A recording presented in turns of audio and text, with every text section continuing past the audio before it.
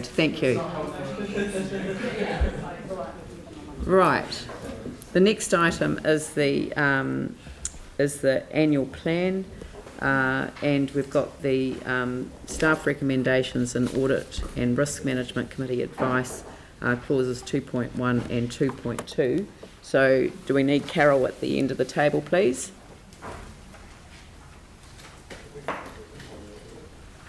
Sorry? From? There isn't an audit. Sorry, what are you asking? No, the annual plan doesn't get audited. No. Oh, okay, so there's no audit New Zealand letter that we would normally get. Okay, well, that's cool. Yep. Thanks. Audit and risk. Carol. So look, thank you. Today's the day when we consider the final annual plan. Now there's been a lot of work leading into this, including the public consultation, the hearings and submissions. And so what you have in front of you today is the resolutions surrounding the annual plan, including a lot of technical detail around the rates percentages and the rates decimals. But it does incorporate all of the workshops and all of the work that's led to today. It is year 2 of the long-term plan. There's been quite a robust process that has been gone through, including a review by the Audit and Risk Committee around the process and sign-off of various checklists. Because it is an annual plan, we don't actually have Audit New Zealand review it. But all of the same protocols that we apply when we are having an audit, we still have adopted those, including the detailed checklists that the Audit and Risk Committee saw.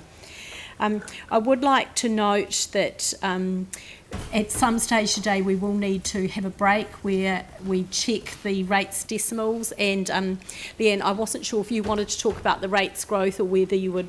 Yeah. Sure.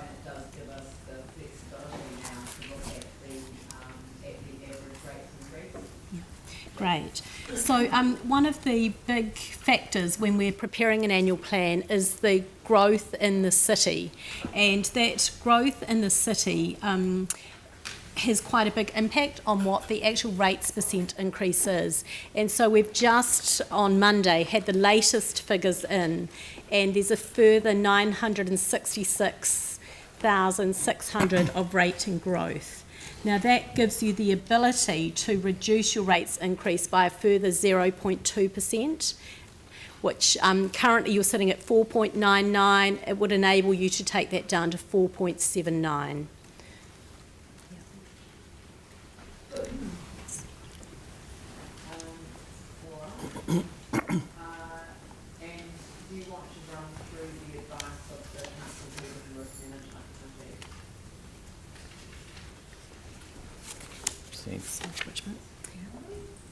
Oh, sure.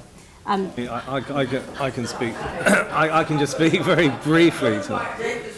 Yeah.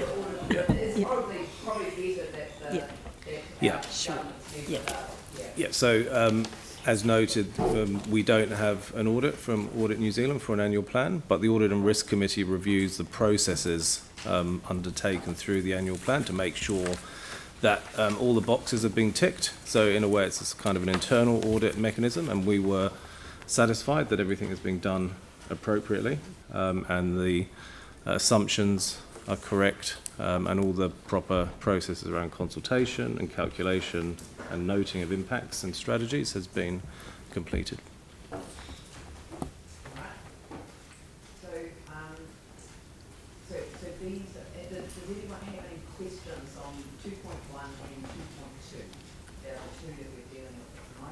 Which is receiving the information contained in this report, noting the advice of the Council's Audit and Risk Management Committee that an appropriate process has been followed in the preparation of the information that provides the basis for the annual plan. So people are generally comfortable with that, Glenn? Thank you. Just a question for Carol on that information you've provided there. So with that rates growth, Carol, is there, or rather, what is the potential impact on the UAGC component of the proposed rate increases? It doesn't change. Yeah, there is That's why it's no- a Obviously. uniform Yeah, there is annual a flat general rate that is consistently applied across all rating units, so there is no change to the UAGC as a result of the city growth. But could it be used to flatten that? No. Or to spread No. it? The idea of this is that it does have a flow-on effect. Sometimes when you've got additional money within a budget, and we've looked at reprioritising some of the regeneration spend, for example, it only lasts for 2 years. And then actually the irony is that the percentage of the rates increase actually jumps because you've gone from a budget that was higher to a budget that is lower, and so therefore the increase is higher. This actually flows on, so the rate of growth now applies across the future years as well. So that's the advantage of applying this additional income from to reducing the amount of the average rate.